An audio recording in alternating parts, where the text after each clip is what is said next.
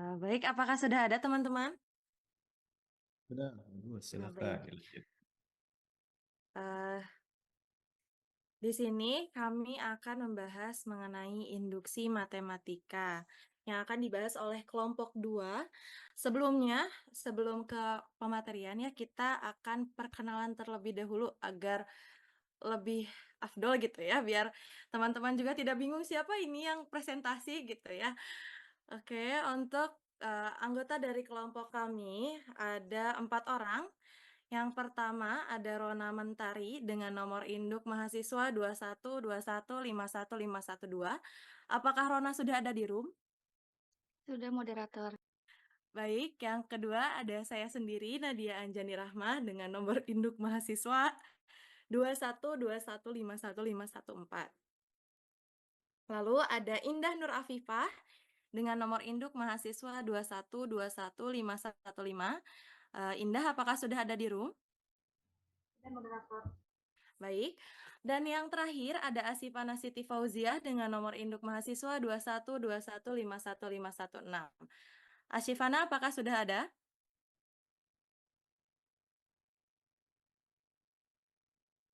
Asifana? Ada yang moderator.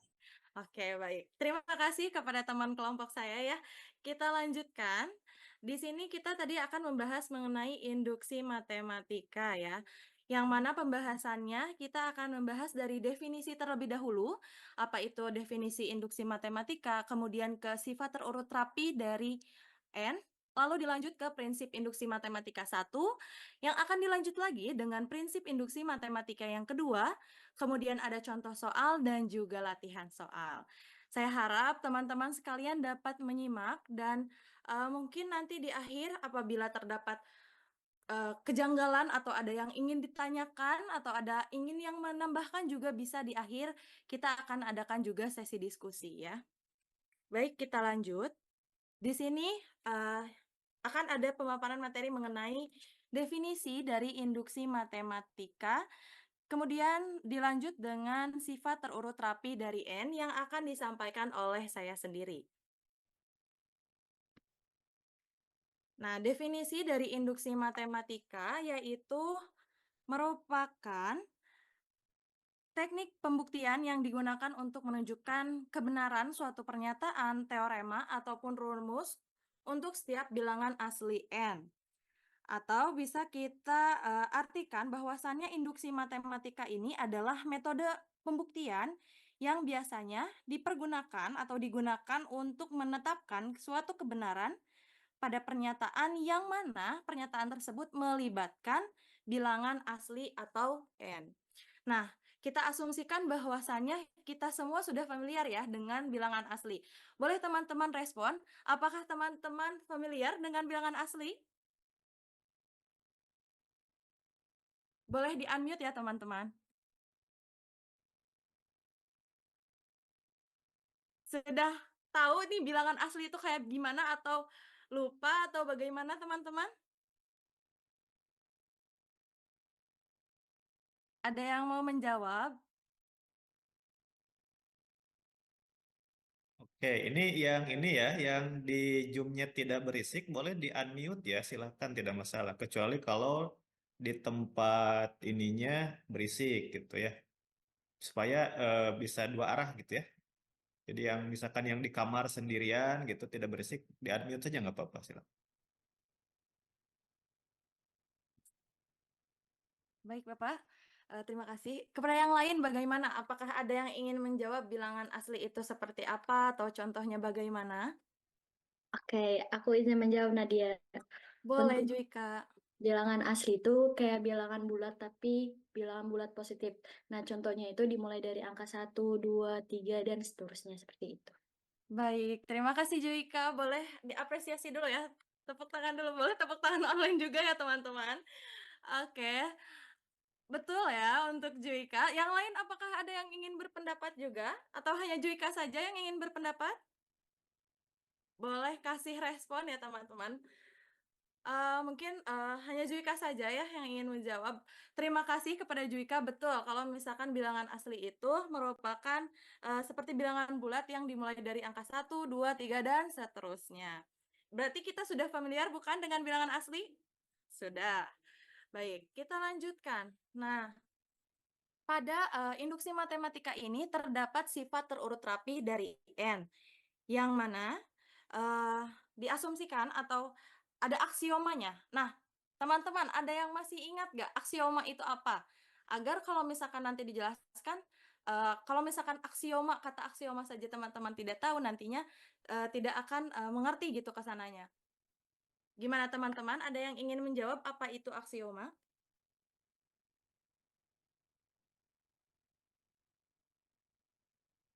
Mungkin ada yang ingin menjawab aksioma itu apa?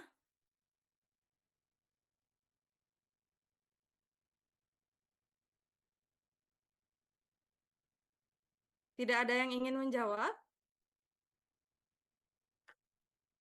Oke, aksioma itu suatu menerima sebagai kebenaran tanpa adanya bukti atau atau dapat disebut sifat tersebut itu menyatakan dengan cara intuitif atau pengetahuan yang muncul secara natural atau secara alamiah gitu ya. Jadi teman-teman, kalau misalkan aksioma itu adalah suatu pernyataan yang kita terima tanpa adanya bukti, hal yang sudah benar gitu, tanpa adanya perlu bukti gitu. Nah, di sini untuk sifat terurut rapi memiliki aksioma yang mana dalam aksiomanya eh, sifat terurut rapi dari himpunan N jika himpunan S merupakan himpunan bagian dari himpunan N, di mana S bukan merupakan himpunan kosong. Maka terdapat M elemen S, sehingga M kurang dari sama dengan K untuk setiap K elemen S. Nah, itu adalah aksioma yang perlu kita terima gitu. Dan artinya, setiap himpunan bagian dari M pasti memiliki elemen terkecil.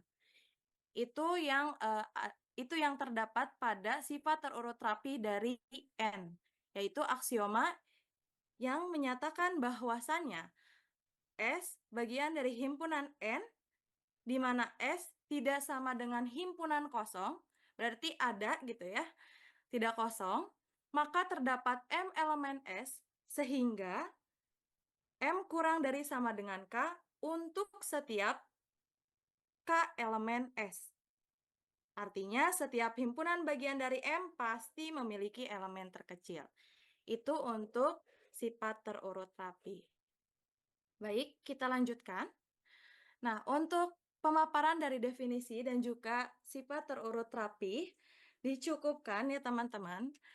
Karena tadi yang sifat terurut rapi adalah merupakan aksioma, jadi penjelasannya hanya segitu ya. Jadi kita lanjut lagi kepada penjelasan mengenai prinsip induksi matematika 1 yang akan dijelaskan oleh Saudari Rona Mentari. Saudari Rona, apakah sudah siap? Siap, moderator. Oke, baik. Saya serahkan kepada Saudari Rona untuk pemaparan materi selanjutnya. Baik, terima kasih kepada moderator yang telah mempersilahkan saya untuk menjelaskan prinsip induksi matematika 1. Next.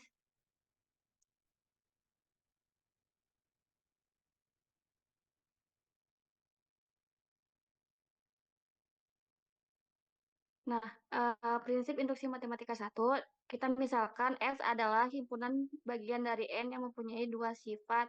Yang pertama yaitu angka 1 itu merupakan elemen S. Dan yang kedua yaitu jika K elemen S, maka K untuk setiap K elemen N, jika K elemen S, maka K tambah 1 elemen S, maka S sama dengan N. Nah, untuk pembuktiannya, misalkan sebaliknya bahwa S tidak sama dengan N, maka N kurang S tidak sama dengan himpunan kosong. Nah, sehingga menurut prinsip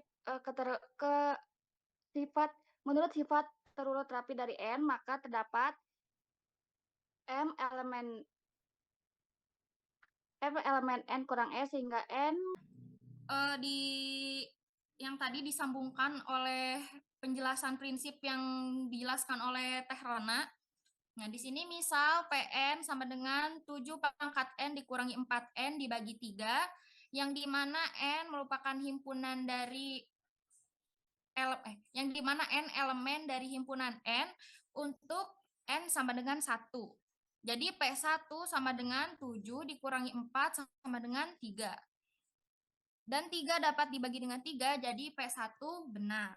Nah, lalu selanjutnya anggap PK itu benar, yaitu 7K dikurangi 4K dapat dibagi 3. Maka 7 pangkat K1, 7 pangkat K tambah 1 dikurangi 4 pangkat K tambah 1 sama dengan, ini penjelasannya sama uraian yang tadi kita kerjakan, dan itu dapat dibagi 3 ya. Jadi karena 7K dikurangi 4K dapat dibagi 3, maka ini juga dapat dibagi 3. Nah, dengan demikian PN 7 pangkat N dikurangi 4N dapat dibagi 3 benar untuk semua N elemen himpunan N. Gitu. Dapat dipahami teman-teman? Oke, boleh lanjut. Nah, di sini mungkin ada contoh yang kedua ya. Oh, ini sebelumnya ini untuk pembuktian cara 2, ini next. Ini literasi untuk pembuktian cara yang kedua. Jadi sama saja ya sebenarnya teman-teman. Cuma tadi bedanya apa? Ada yang masih ingat bedanya cara 1 dan cara 2? Tadi kan beda di pengakalan, penambahan, operasi penjumlahan dan pengurangannya. Ada yang masih ingat berapa?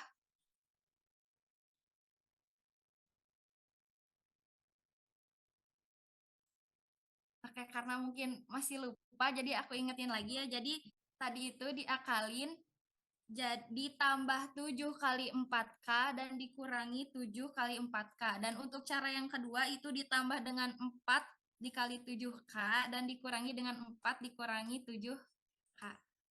Tuh. Boleh mungkin dibaca-baca lagi, dipahamin lagi dikit-dikit untuk pembuktian di contoh selanjutnya. Selanjutnya, moderator. Nah, selanjutnya ini untuk contoh yang kedua ya, misalkan soalnya di sini 1 sama dengan 1 pangkat 2, 1 tambah 3 sama dengan 2 pangkat 2, 1 tambah 3 tambah 5 sama dengan 3 pangkat 2 ya, sekian lah. Lalu di sini buktikanlah 1 ditambah 3 ditambah 5 ditambah titik-titik ditambah 2N dikurangi 1 sama dengan N pangkat 2 untuk semua N elemen himpunan N. Tadi apa itu himpunan N?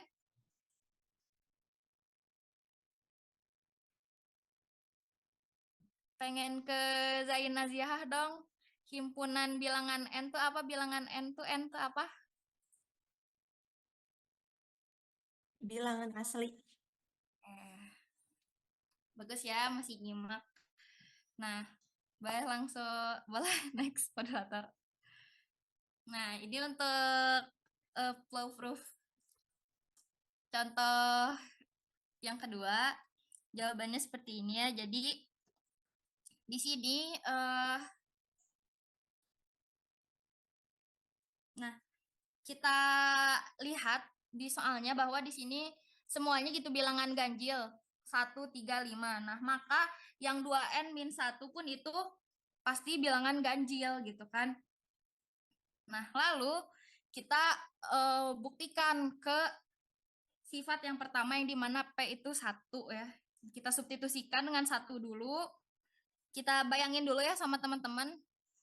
2 dikali N, 2 dikali 1 sama dengan 2 dikurangi 1 itu 1 sama dengan N kuadrat, berarti 1 kuadrat itu 1, berarti sama ya, nilainya sama-sama 1. Nah, berarti prinsip yang pertama itu kita anggap benar. Nah, lalu selanjutnya di sini sebenarnya ada kekeliruan ya. Di sini kita uraikan yang 2N dikurangi 1 itu bisa teman-teman lihat di sini menjadi 2 dalam kurung K dikurangi 1 dikurang 1 itu tuh harusnya dikurang 1 ditambah 2K dikurang 1 ditambah 2 dalam kurung K ditambah 1 dikurang 1. Nah, lalu kita uraikan di sini Nah, dilihat bahwa sesuai dengan prinsip yang pertama bahwa sampai dengan 2K dikurangi 1 itu sama dengan K kuadrat ya. Nah, jadi kita ubah dari 1 ditambah 3 sampai ke yang 2K min 1 ini, kita anggap ini 2K kuadrat. Nah, selanjutnya kan kita sisanya ini ya, teman-teman, 2K plus 1. Nah, jadi kita turunkan gitu, kita pisahin lagi. Ini kan sudah disederhanakan menjadi K kuadrat. Nah, ini ditambah 2K ditambah 1. Nah, ini kan bentuk apa ini teh? Kuadrat sempurna. Ya, kuadrat sempurna. Nah, dan ini bisa difaktorkan. Difaktorkan menjadi K plus 1 kuadrat. Dan ini terbukti ya. Boleh next ke pembuktiannya. Nah, bisa lihat di sini. Nah, ini nih yang tadi yang kita masukin yang prinsip yang pertama, kita substitusikan N-nya sama dengan 1. Jadi 1 sama dengan 1 pangkat 2. Jadi P1 itu benar. Nah, kita anggap PK-nya itu benar. Lalu selanjutnya ini. Hati-hati ya teman-teman, ini itu harusnya 2 dalam kurung K-1 dikurangi 1. Bukan plus 1.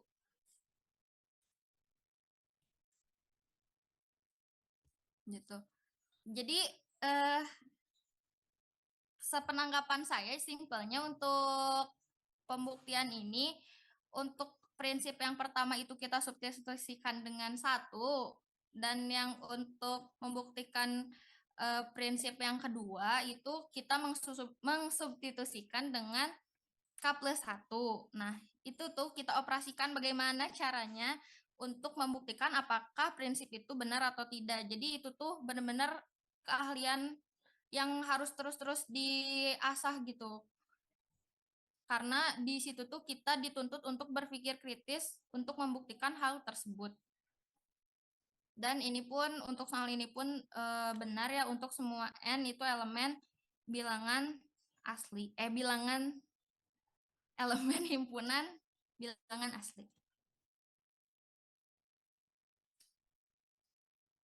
Next moderator, sudah beres.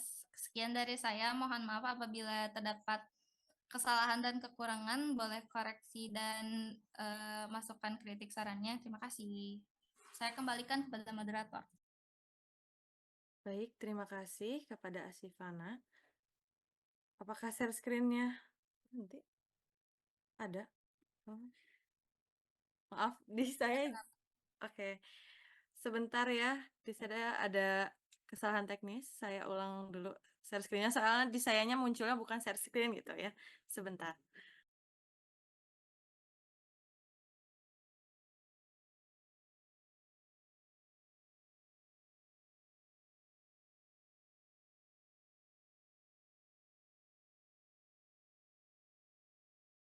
Baik, apakah sekarang ada lagi share screen-nya? Sudah aman?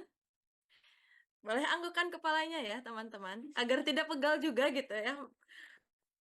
Jadi agak gerak-gerak juga nggak apa-apa gitu. Apalagi kalau misalkan teman-teman merespon apa, misalkan dari saya atau rekan yang lain ada yang bertanya, terus teman-teman merespon, boleh sekali ya teman-teman.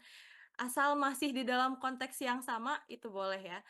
Oke, kita lanjutkan lagi. Tadi sudah untuk contoh soal, semoga teman-teman dapat memahami. Apakah teman-teman sudah paham? Boleh anggukan kepala atau memberi reaction? Jempol boleh? Reaction? Oke. Saya anggap sudah paham ya teman-teman. Kita lanjutkan kepada pemaparan materi mengenai prinsip induksi matematika 2 yang akan dipaparkan oleh Saudari Indah Nur Afifah. Saudari Indah, apakah sudah siap? Sudah, moderator. Baik, saya serahkan kepada Saudari Indah untuk memaparkan materinya. Baik, terima kasih kepada moderator yang telah memberikan saya kesempatan untuk memaparkan materi mengenai prinsip induksi matematika versi. Bisa di next slide-nya. Nah, sebenarnya hampir sama aja ya sama versi yang pertama yang sudah dijelaskan oleh Roma. Di sini untuk versi keduanya itu kita misalkan bahwa N0 itu merupakan elemen atau anggota dari bilangan asli dan Pn merupakan pernyataan tentang N lebih dari sama dengan N0 jika. Nah, di sini ada dua hipotesis ya. Untuk yang pertama itu pernyataan Pn0 adalah benar, untuk yang kedua yaitu untuk setiap K lebih dari sama dengan N0, jika PK benar, maka PK tambah 1 adalah benar. Nah, di sini untuk penjelasannya itu, kan terkadang bilangan N0 pada hipotesis pertama itu disebut basis, karena berfungsi sebagai titik awalnya, maka disebut dengan basis. Dan implikasi dalam hipotesis kedua yang dapat ditulis dengan PK, tanda panah P K tambah 1 disebut jembatan karena di sini menghubungkan antara kasus K dengan kasus K1. Next.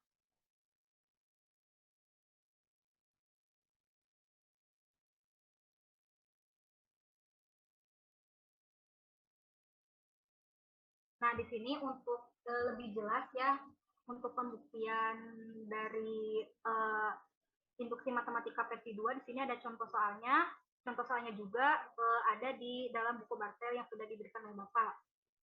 Untuk soalnya itu, untuk setiap N elemen dari bilangan asli, jumlah N bilangan asli, pertama diberikan oleh 1 ditambah 2 ditambah titik-titik ditambah N sama dengan setengah N dalam kurung N tambah 1.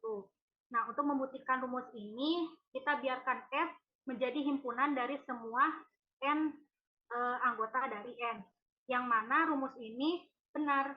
Kita harus membuktikan bahwa kondisi hipotesis yang pertama dan juga hipotesis yang kedua dari materi dari 1.2.2 yaitu dari induksi matematika yang pertama, jika N sama dengan 1 sehingga kita mendapatkan 1 sama dengan setengah dikali 1, 1 ditambah 1 kan 2.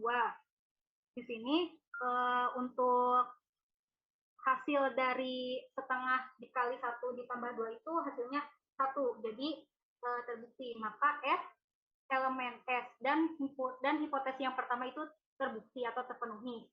Untuk selanjutnya, kita asumsikan bahwa K elemen F dan ingin menyimpulkan dari asumsi bahwa K ditambah 1 elemen dari F jika K elemen dari F. Nah, untuk membuktikannya itu, kita dapat memberikan kesetaraan, di mana kita dapat menambahkan K ditambah 1 di kedua sisinya. Sehingga hasilnya itu 1 ditambah 2 ditambah titik-titik ditambah K ditambah K tambah 1 sama dengan setengah K tambah 1 ditambah K tambah 1. Nah, untuk hasilnya itu, ini sudah hasil difaktorkan ya, sehingga hasilnya itu setengah K ditambah 1 K ditambah 1. Nah, karena ini adalah rumus yang dinyatakan untuk N sama dengan K ditambah 1, kita dapat menyimpulkan bahwa K ditambah 1 elemen dari S. Oleh karena itu, untuk kondisi hipotesis yang kedua dari induksi matematika yang pertama itu sudah terpenuhi. Akibatnya, dengan prinsip induksi matematika ini, kita menyimpulkan bahwa S sama dengan N hingga rumus tersebut berlaku untuk semua N elemen S.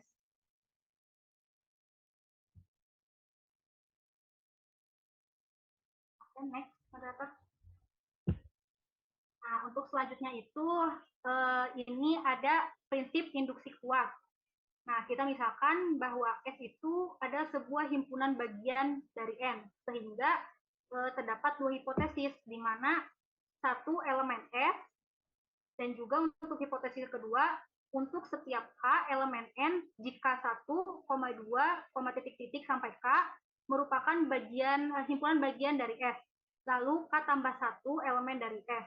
Maka S sama dengan N. Nah, ini sebenarnya hampir sama ya dengan prinsip induksi matematika yang pertama. Namun untuk bedanya itu di hipotesis yang kedua, di mana kalau untuk induksi matematika yang pertama itu hanya satu pernyataan yang benar, satu pernyataan yang benar. Kalau di induksi matematika kuat itu, jadi ada banyak pernyataan yang bisa jadi benar. Jadi bukan hanya satu pernyataan doang. Nah, biasanya itu untuk prinsip ini bisa digunakan untuk pengerjaan pola bilangan.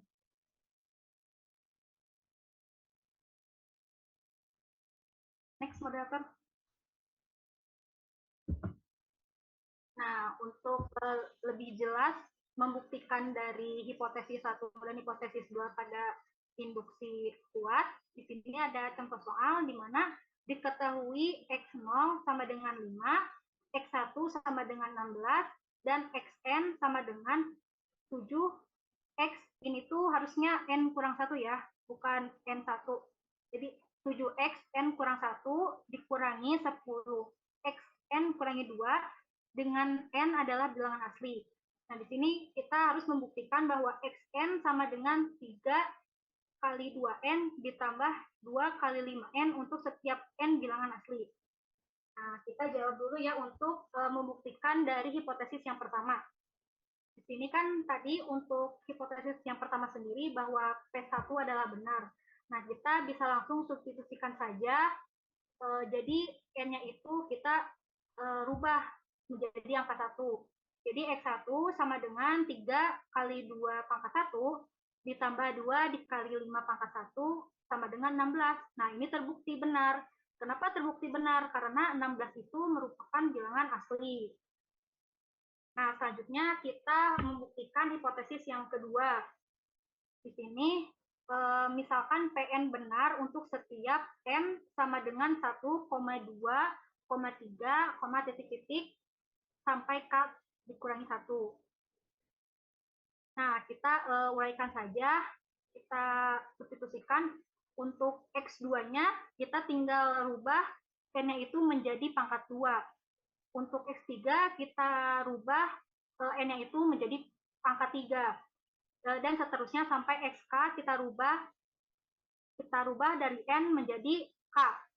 Nah, kita dibuktikan bahwa PN benar untuk N sama dengan K ditambah 1, yaitu XK tambah 1 sama dengan 3 dikali 2 pangkat K tambah 1 ditambah 2 kali 5 pangkat K tambah 1. Next.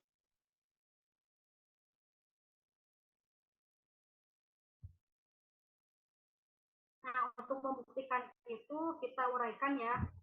Nah, di sini untuk kan tadi itu untuk soalnya itu kan 7xn dikurangi 1.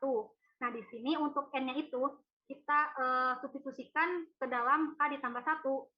Sehingga 7x dalam kurung k tambah 1 dikurangi 1 sama dengan 10x dalam kurung k tambah 1 dikurangi 2.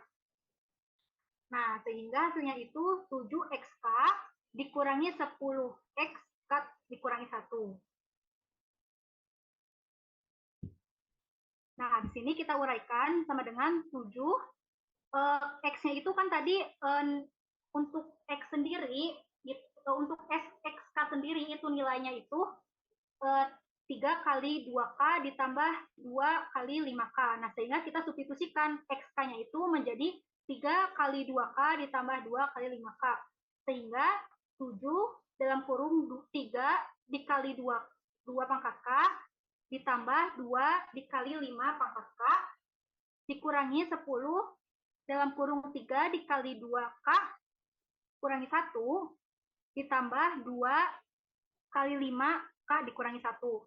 Nah, kalau misalkan teman-teman pada menyimak, pasti tahu ya hasil dari ini. Kita substitusikan dari yang tadi. Nah, didapatkan hasil, kita langsung kalikan saja.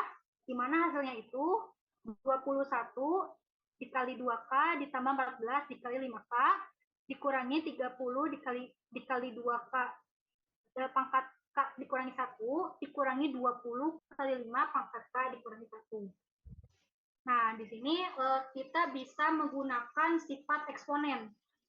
Di mana kan 5K dikurangi 1 itu sama dengan 5K dikali 5 pangkat 1. 15 dikali 5K dikurangi Nah, ini bisa disederhanakan ya. Jadi 30 dikali setengah itu, mohon maaf, di sini harusnya 15. Oh ya, sudah 15 nih. Untuk 20 dikali 1/5 hasilnya itu 5. 4. Nah, sesudah kita menemukan hasilnya antara 21 dikali 2K dan seterusnya itu, kita dekatkan dengan yang sejenisnya yang bisa kita sebut. Di sini kan ada yang sejenis kan, 21 dikali 2K, terus 15 dikali 2K, ada 14 dikali 5K, 5 pangkat K, terus ada juga 4 kali 5 pangkat K. Nah, itu kita dekatkan untuk memudahkan operasinya. Nah, jadi 21 dikali 2 pangkat K dikurangi 15 dikali 2 pangkat K itu hasilnya itu 6 dikali 2K.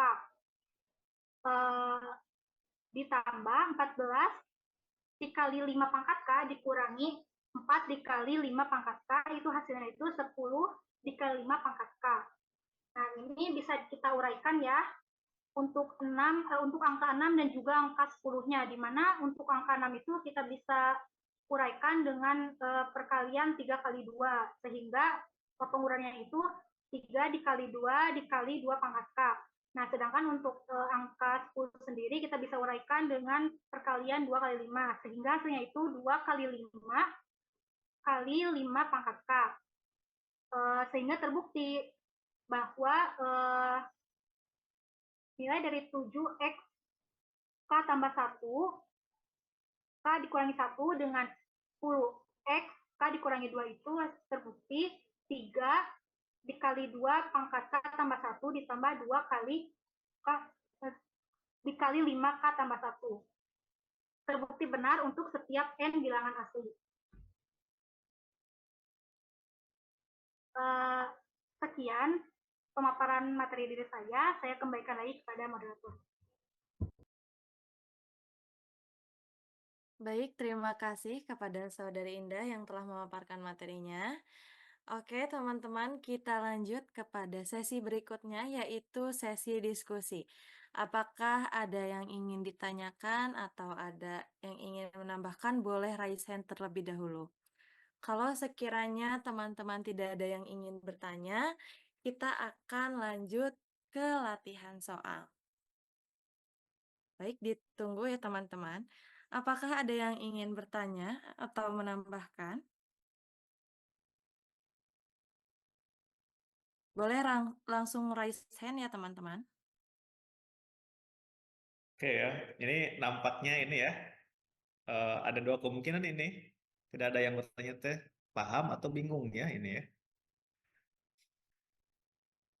Oke, baik. Sebelum ke latihan soal ya, saya coba menambahkan tadi sedikit dari apa yang dipaparkan oleh kelompok 2. Sebelumnya saya ucapkan terima kasih nih kelompok 2 luar biasa ya sudah memaparkan materinya dan membuat PPT-nya dengan sangat luar biasa. Tadi meskipun ada beberapa hal yang salah ngetik ya, nanti diperbaiki di beberapa slide. Baik, saya coba ini ya, ini komentar dulu sedikit tentang penampilannya. Nah, sudah mulai mengerucut ya. Ini berdasarkan buku yang Bartel ya. Jadi sudah yang ditampilkan adalah yang ada di buku. Jadi sudah tidak terlalu melebar untuk yang didiskusikannya. Jadi kita tinggal melihat di buku Bartel seperti apa, termasuk contoh-contoh soal yang diberikan. Baik, saya ingin menanyakan dulu sedikit. Apakah Anda sudah mengambil mata kuliah matematika diskrit belum? Sudah ya? Sudah, Nah, di Pak. matematika diskrit dulu dikasih induksi matematika? Nggak ada? Oh, oke. Berarti baru mendengar di mata kuliah Andril ya? Kalau di Pendasmat belum? Pendasmat? Bapak Belum? izin jawab, sudah pernah tapi eh, di semester 1 dan saya rasa itu tidak sedalam sekarang dibahas. Tapi induksi matematik pernah ya membuktikan dengan cara induksi matematik pernah. Oke, baik. Ini penting ya karena jangan sampai ini sudah dipahami. Kalau sudah dipahami, saya tidak akan dari dasar gitu. Saya akan lanjut aja. Tapi kalau misalkan memang belum sama sekali, nah kita harus menjelaskannya dari dasar apa itu induksi matematik kan gitu ya. Tadi sudah disinggung sedikit, saya coba share ya. Ini ada apa namanya penjelasan ya. Untuk melengkapi yang tadi, saya coba share.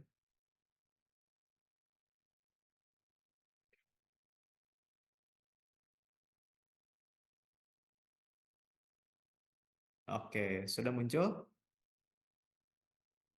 Sudah, Bapak. Nah, ini ya. Ini juga diambil dari buku yang Bartel, tapi sudah ditranslate ke bahasa Indonesia. Tapi ini tidak letterlock ya, translate-nya ini translate bebas gitu ya. Nah, ini tadi ya tentang induksi matematik. Saya coba perkenalkan lah sedikit ya, kalau memang di mata kuliah yang lain belum terlalu dalam.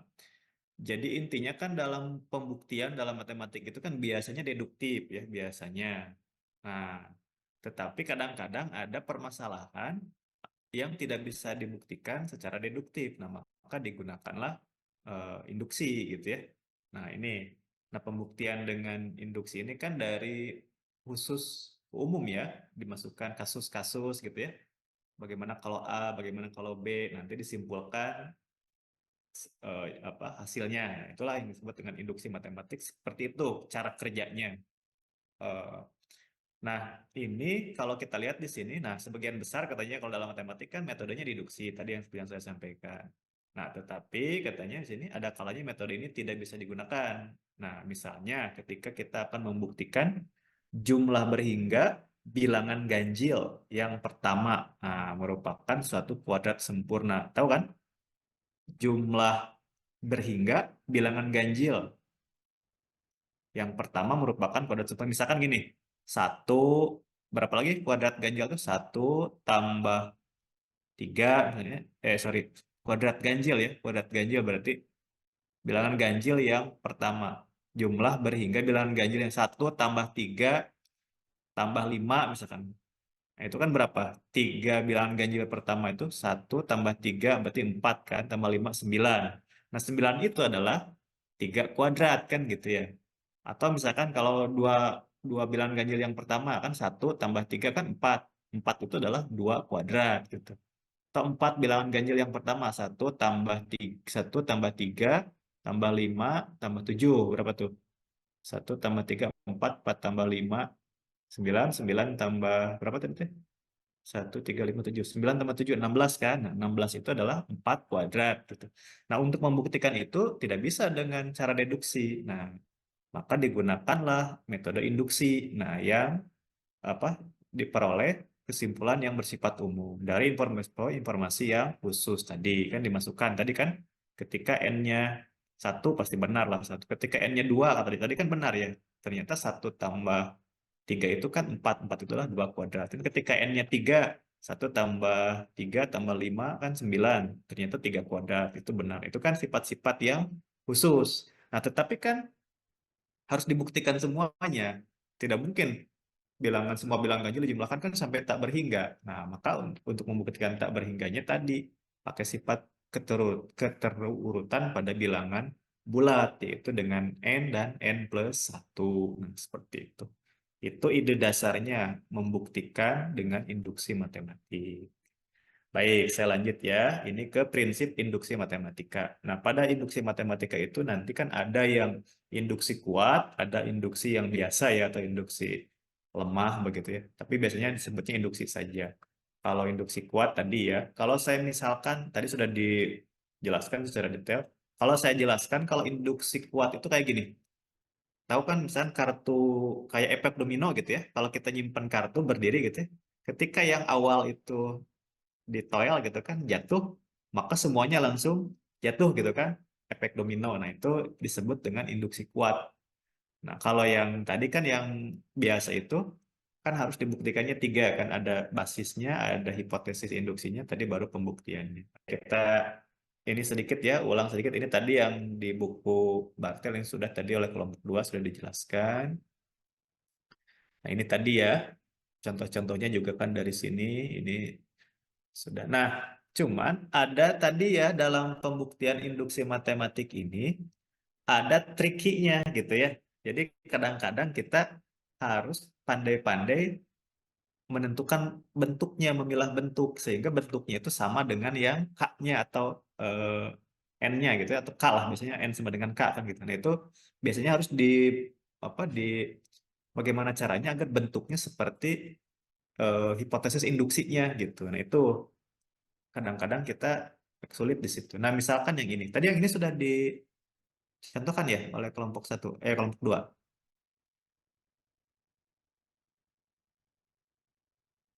Halo? Untuk ini sudah dibuktikan tadi ya? Ini kan pembukti dari jumlah dari bilangan N bilangan asli pertama kan ini ya, sudah tadi ya. Nah, buktikan bahwa ini nih. Nah, misalkan untuk setiap N anggota N besar dari bilangan asli, maka Pn adalah pernyataan yang berkaitan dengan N jika dipenuhi ke ini rumusnya. Nah, ini buktikan dengan sistematik bahwa untuk semua N anggota bilangan asli, nah ini ya, penjumlahan N bilangan asli pertama itu adalah N kali N plus 1 per 2. Atau tadi bentuknya N kuadrat plus N per 2 gitu ya. Boleh. Ini tadi contoh apa? Seperti ini membuktikan ini apa? Jumlah dari N bilangan asli pertama itu adalah ini N kali N plus 1 per 2. Nah, ini kan langkah awalnya tadi kan. Ini untuk N sama dengan 1 ya diperlihatkan. Gampang kan kalau N sama dengan 1 ini masukkan ke sini nih. N-nya 1 berarti 1 kali 1. 1 tambah 1 kan 2 nih. 2 kali 1 2. 2 dibagi 2 adalah 1. Nah ini berarti P1 benar. Nah ini hipotesis induksinya. Misalkan PK benar. Nah artinya tinggal mengganti N-nya dengan K. Nah ini. Sehingga diperoleh ini kan. 1 tambah 2 tambah 3 tambah sampai K itu sama dengan K kali K plus 1 per 2. Ini andaikan benar gitu. Jadi di sini ada hipotesis induksi kan disebutnya. Ini andaikan benar. Nah, maka kita akan buktikan bahwa untuk NK plus 1 juga benar gitu. Nah, sehingga bentuk yang ini tadi sampai K ditambah K plus 1. Nah, yang ruas kanan juga tambah K plus 1. Nah, trikinya di sini tadi yang disampaikan oleh kelompok 2. Kan ini dikalikan nih. Dikalikan K kali K plus 1. Nah, ini kan per 2. Nah, yang ini juga sama disamakan penyebut ya, supaya jadi per 2, maka ini dikalikan 2. Nah, dari langkah 2 ke 3 ini, ternyata kan ini jadi perkalian kan, jadi bentuknya kuadrat nih. Nah, ini kan perlu tricky dari sini ke sini nih, dari langkah 2 ke baris kedua ke baris ketiga. Ini perlu tricky. Jadi kadang-kadang kalau kita tidak sadar ternyata ini bisa dibuat menjadi bentuk kuadrat gitu ya, persamaan kuadrat. Nah, kemudian lagi-lagi dari langkah 2 ke langkah 3. Nah, ini juga perlu tricky lagi. Dari baris ketiga ke baris keempat ini juga perlu tricky ya. Sehingga bentuknya kembali lagi ke sini ke yang hipotesisnya K kali K plus 1 per 2. Nah, cuman K-nya diganti dengan K plus 1 tuh. Jadi K plus 1 kali K plus 1 plus 1 per 2 gitu ya. Nah, kalau bentuknya sama, maka menunjukkan bahwa P K plus 1 juga benar gitu. Ini simpelnya begitu. Oke, yang lain-lainnya sama ya. Seperti itu tadi sudah diberikan contoh. Nah, ini prinsip induksi kuat tadi yang saya sampaikan ya. Jadi kayak efek domino ya. Jadi cukup satu yang ditoel, maka seluruhnya jadi jatuh gitu. Nah, ini contohnya tadi sudah dijelaskan oleh kelompok 2. Oke, saya ini tidak harus ini ya. Nah, ini contoh-contoh.